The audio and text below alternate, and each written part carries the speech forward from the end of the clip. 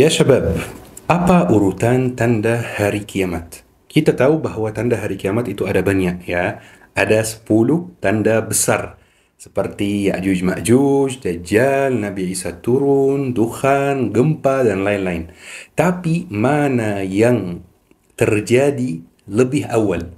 Dan apa hubungan antara tanda hari kiamat dan peristiwa Palestina? Apa hubungannya? Apakah benar apa yang terjadi di Palestina sekarang itu merupakan awal dari tanda-tanda hari kiamat? Insya Allah dalam kajian hari ini saya Syekh Muhammad Al-Fuli akan cerita apa urutan tanda hari kiamat dari awal sampai akhir. Baik ya syabab. Ada kadang-kadang kita dengar ada yang namanya tanda besar hari kiamat dan tanda kecil hari kiamat. Tetapi sebenarnya kedua istilah ini tidak ada dalam hadis sahih dan merupakan dua istilah yang akademik saja. Supaya ulama bisa membedakan antara mana tanda kecil yang merupakan tanda biasa yang kalau terjadi kiamat masih lumayan jauh, tidak benar-benar dekat, dan mana tanda besar yang kalau terjadi berarti kiamat benar-benar sebentar lagi. Makanya dua istilah ini hanya istilah akademik saja, istilah ilmu syar'i supaya kita membedakan antara keduanya. Yang kita akan bahas hari ini adalah 10 tanda besar hari kiamat yang kalau terjadi berarti kiamat itu sudah sebentar lagi. Ada satu hadis penting teman-teman yang akan membantu kita untuk mengetahui urutan tanda hari kiamat yang benar. Hadisnya sahih, hadisnya luar biasa penting, tetapi jarang sekali dibaca atau dihafal. Fokus dan perhatikan setiap kata yang ada di dalam hadisnya. Rasulullah sallallahu alaihi wasallam bersabda, "Umranu Baitul Maqdis kharabu Yathrib." Pembangunan Baitul Maqdis adalah tanda kehancuran Yathrib, Madinah. Kemudian, wa kharabu Yathrib khurujul malhama. Dan kehancuran Yathrib itu adalah tanda terjadinya pertempuran besar, malhama. Wa khurujul malhama Fathul Qustantiniyah, dan terjadinya pertempuran besar itu adalah tanda penaklukan Konstantinopel, yaitu Istanbul. Wa Fathul Qustantiniyah Khurujud Dajjal, dan penaklukan Konstantinopel adalah tanda keluarnya Dajjal. Hadisnya mungkin agak kompleks dan butuh penjelasan. Tapi dari hadis ini kita bisa tahu urutan tanda hari kiamat. Teman-teman, kalau mau lebih khusyuk dalam salat, mau memahami ilmu agama, sangat dianjurkan untuk belajar bahasa Arab. Buat teman-teman yang mau belajar bahasa Arab, hubungi Syabab Belajar Akademi. Buat yang muda, buat yang tua, buat yang sibuk, buat yang waktunya longgar, insya Allah semuanya bisa belajar. Bahkan yang di luar Indonesia pun bisa belajar. Hubungi mereka, mudah-mudahan lancar insya Allah proses belajarnya. Ada beberapa peristiwa penting yang akan terjadi sebelum tanda besar pertama hari kiamat yang kita harus pahami dan pelajari dengan baik supaya kita tahu urutan tanda hari kiamat. Hal pertama atau peristiwa pertama yang akan terjadi adalah Palestina akan merdeka, teman-teman. Dan Palestina merdeka itu adalah hal yang hak. Palestina pasti akan merdeka sebelum hari kiamat. Dan saya yakin teman-teman, Palestina akan merdeka dalam waktu dekat. Waktu dekat yang saya maksud di sini bukan 1 atau 2 tahun, tapi bisa 10 sampai 30 tahun. Tetapi yang pasti, insya Allah, Palestina akan merdeka dalam waktu dekat. Disebutkan dalam hadis ini, teman-teman, bahwa Baitul Maqdis akan dibangun lagi, ya. Pembangunan Baitul Maqdis. Kalau ada yang mau bisa catat hadisnya. Baitul Maqdis akan dibangun lagi. Maksudnya apa dibangun lagi? Dibangun lagi, teman-teman, maksudnya akan dimakmurkan lagi oleh umat Islam. Maksudnya Baitul Maqdis akan dibebaskan sebelum mulainya tanda hari kiamat. Baitul Maqdis akan merdeka. Baitul Maqdis akan kembali lagi di tangan orang Muslim. Bukan hanya merdeka teman-teman, tetapi setelah Palestina merdeka, Palestina akan mendirikan sebuah negara baru, sebuah negara Islam baru yang ibu kotanya adalah Baitul Maqdis. Rasulullah SAW bersabda dalam hadis lain, "Idza ra'aita al-khilafata qad nazalat ardan muqaddasah, faqad danat az-zalazil wal balabil wal umur al-'izam was-sa'atu yawma izin aqrabu ila an-nasi min yadayhim ila ra'sihim." Jika kamu melihat khilafah telah turun di tanah suci Baitul Maqdis, maka telah dekat gempa-gempa besar, kekacauan dan perkara-perkara besar. Dan pada saat itu, kiamat lebih dekat kepada manusia daripada tangan mereka kepada kepalanya. Maka syabab akan terbentuk sebuah negara baru yang ibu kotanya adalah Baitul Maqdis. Tetapi sayangnya disebutkan juga dalam hadis ini bahwa ketika Baitul Maqdis kembali lagi ke tangan orang Muslim, akan terjadi sebuah peristiwa lain yang namanya Kharabu Yathrib, kehancuran Madinah. Kota Madinah akan hancur teman-teman ketika Palestina kembali di tangan umat Islam. Hancur kenapa? Tidak disebutkan. Siapa yang menghancurkan? Tidak disebutkan juga. Tetapi ada dua kemungkinan kenapa Madinah akan hancur setelah Palestina merdeka. Dua kemungkinan teman-teman. Kemungkinan yang pertama akan terjadi perang saudara di Madinah. Karena banyak yang melihat negara Arab itu, khususnya yang di Jazirah Arab, negara yang modern, mewah, gedung pencakar langit. Tetapi sebenarnya ini hanya layar depan saja. Di dalamnya tidak seperti itu. Di dalamnya, di sana, masyarakatnya berbasis suku, bukan berbasis kewarganegaraan. Seperti kita di Indonesia. Jadi kita di Indonesia istimewa, punya yang namanya kewarganegaraan. Jadi setiap orang punya hak dan punya kewajiban, terlepas dari agamanya dan terlepas dari latar belakangnya. Ya, namanya warga negara. Harus melaksanakan beberapa kewajiban dan harus mendapatkan beberapa hak. Kalau di negara Arab teman-teman, sampai hari ini, negara Arab yang di Jazirah Arab, negaranya itu berbasis suku, bukan berbasis kewarganegaraan. Walaupun ada kewarganegaraan, tetapi itu hanya layar depan saja teman-teman. Bisa jadi itu penyebab ada ke depan perang saudara yang terjadi di sana, maka kota Madinah akan hancur. Ini kemungkinan yang pertama teman-teman. Ada juga kemungkinan yang kedua, yaitu ada negara asing yang akan menyerangi Madinah setelah Palestina merdeka. Balasan dari kekalahan Zionis di Palestina, mereka akan menyerangi Madinah. Dan itu menyebabkan kota Madinah hancur. Mungkin yang menyerangi itu Eropa, mungkin yang menyerangi itu Amerika, kita tidak bisa memastikan. Setelah Madinah hancur teman-teman, dan setelah Palestina dibebaskan, itu akan menyebabkan ketegangan antara umat Islam dan Barat. Dan akan terjadi perang kecil-kecilan antara umat Islam dan Barat juga teman-teman. Tetapi sesuai hadis Rasulullah SAW, hadis yang lain, bahwa saat terjadi perang kecil-kecilan itu, saat masa ketegangan itu, tiba-tiba akan muncul musuh yang sangat besar dari belakangnya. Musuh yang sangat besar itu jumlahnya sangat besar. Musuh yang sangat besar itu sangat mandiri. Musuh itu ingin menyerangi Barat. Maka umat Islam dan Barat akan membuat perjanjian damai teman-teman.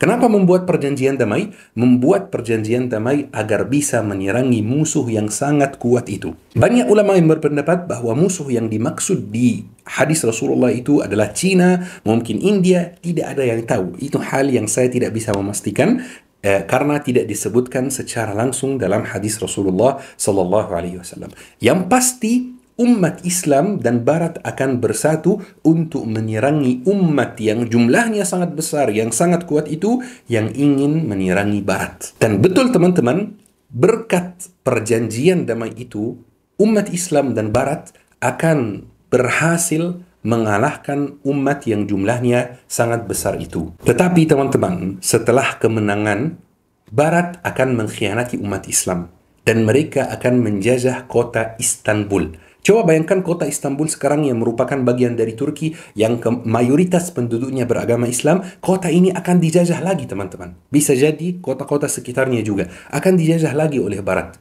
Barat akan mengkhianati perjanjian damai ini dan akan menjajah kota Istanbul. Maka teman-teman akan terjadi perang yang sangat besar antara umat Islam dan Barat yang namanya Malhama. Tetapi ini bukan Al-Malhama Al-Kubra yang di akhir zaman. Ini bukan, ini beda. Di perang ini, kata Rasulullah SAW, Barat akan menyiapkan 12,000 tahta 80 raya. Akan menyiapkan 12.000 prajurit di bawah 80 bendera. Di bawah 80 pasukan. Setiap pasukan 12.000. Jadi jumlah pasukan Barat dalam perang itu sekitar 1 juta prajurit, teman-teman. Coba bayangkan, banyak sekali. Dan umat Islam punya tentara waktu itu juga, tetapi tidak sebanyak mereka. Tentara umat Islam, kata Rasulullah SAW, sepertiganya akan lari. Sepertiga tentaranya akan lari. Dan itu umat Muslim yang munafik, yang keimanannya tidak lurus. Mereka akan lari dari perperangan. Dan ada sepertiga dari tentara umat Islam akan mati syahid, teman-teman. Dan akan ada sepertiga yang meraih kemenangan dalam perang besar itu. Kemudian, teman-teman, kota Istanbul akan dikembalikan lagi ke tangan orang Muslim tanpa perang. Jadi perangnya terjadi di tempat lain, kemungkinan besar di negeri Syam. Kemudian setelah umat Islam mengalahkan Barat, kota Istanbul otomatis kembali di tangan orang Muslim tanpa perang. Tetapi di sini teman-teman, ulama dan ahli sejarah bingung sekali. Karena disebutkan dalam hadis sahih bahwa yang masuk kota Istanbul untuk kedua kalinya setelah kembali lagi ke tangan orang Muslim adalah 70.000 prajurit Muslim keturunan Bani Ishaq, keturunan Barat.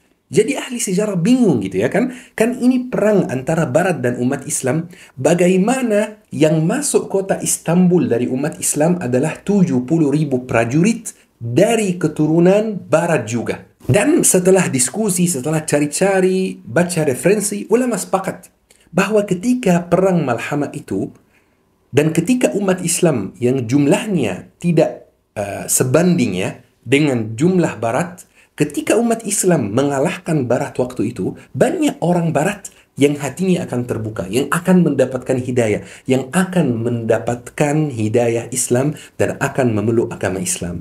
Dan mereka akan menjadi bagian dari tentara umat Islam waktu itu, dan mereka yang akan masuk kota Istanbul tanpa berang, mereka yang akan menerima kota Istanbul lagi dari penjajahan Barat.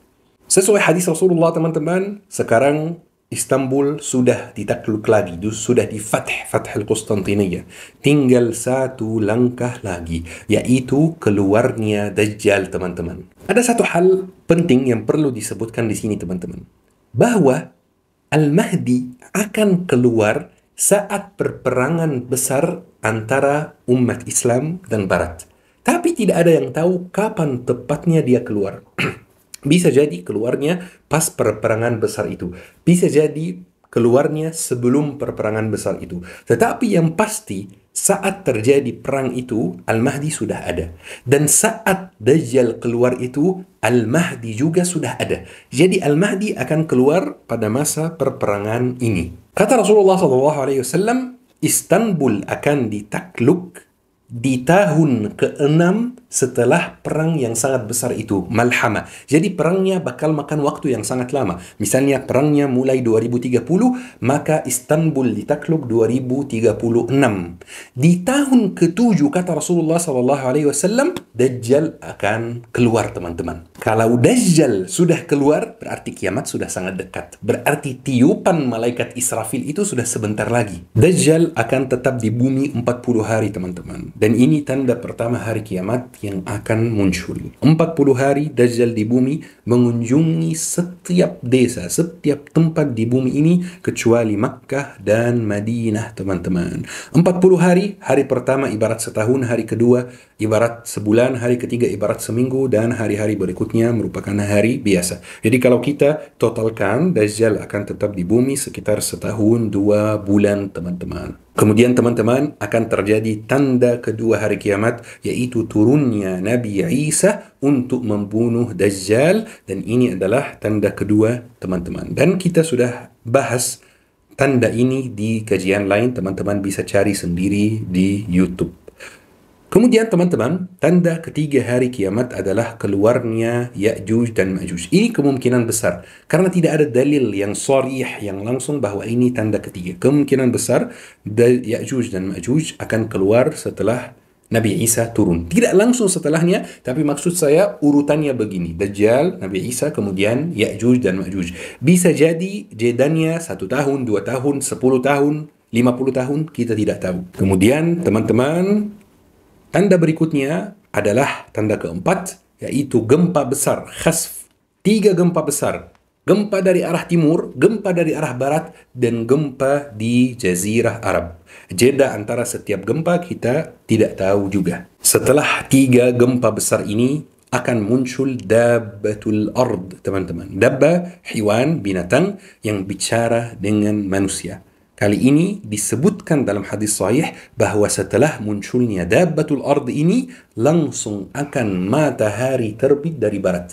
Jeda waktunya hanya 24 jam saja, teman-teman. Jadi kalau hari ini dabbatul ard sudah muncul, dabbah, berarti besok matahari akan terbit dari barat. Ketika matahari terbit dari barat itu, pintu taubat akan ditutup, teman-teman. Yang kafir tetap kafir, yang mukmin tetap mukmin. Sudah ditutup pintunya taubat. Tanda berikutnya teman-teman adalah dukhan, kemudian tanda berikutnya adalah kebakaran besar di wilayah Hijaz yang sekarang namanya Arab Saudi. Kemudian tanda berikutnya adalah Allah Subhanahu wa taala kirim angin yang sangat lembut yang mencabut nyawa orang-orang mukmin dan membiarkan nyawa orang-orang kafir. Kemudian teman-teman, tanda terakhir adalah keluarnya api yang sangat besar dari arah Yaman yang mengiring manusia ke tempat mahsyar di negeri Syam. Jadi urutannya seperti ini, teman-teman. Dajjal, kemudian Nabi Isa, kemudian Ya'juj Ma'juj, kemudian 3 gempa, kemudian dabbah, kemudian matahari terbit dari barat,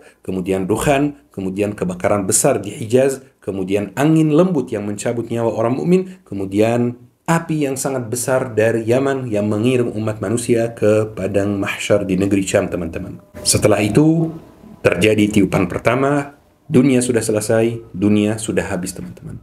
Teman-teman, saya tahu banyak dari teman-teman yang suka baca tentang hari kiamat, suka dengar kajian tentang hari kiamat. Tapi pertanyaannya, Mada a'adattu laha? Apa yang antum persiapkan untuk hari kiamat? Persiapkan sholat, persiapkan sedekah, persiapkan ilmu, persiapkan amalan baik. Kita harus siapkan diri untuk hari kiamat. Jangan hanya tanya tentang hari kiamat. Harus juga kita mempersiapkan diri, karena hari kiamat itu sangat sulit dan sangat berat, teman-teman, buat orang-orang yang tidak siapkan diri. Teman-teman yang dirahmati oleh Allah Subhanahu wa taala, mudah-mudahan kita semua terhindar dari fitnah Dajjal, terhindar dari fitnah-fitnah akhir zaman. Mudah-mudahan kita semua termasuk ahli surga. Amin ya rabbal alamin. Yuk kita akhiri kajian hari ini dengan doa kafaratul majlis. Subhanakallahumma bihamdik, asyhadu an la ilaha illa anta, astaghfiruka wa atubu ilaik. Syukran. Wassalamualaikum warahmatullahi wabarakatuh.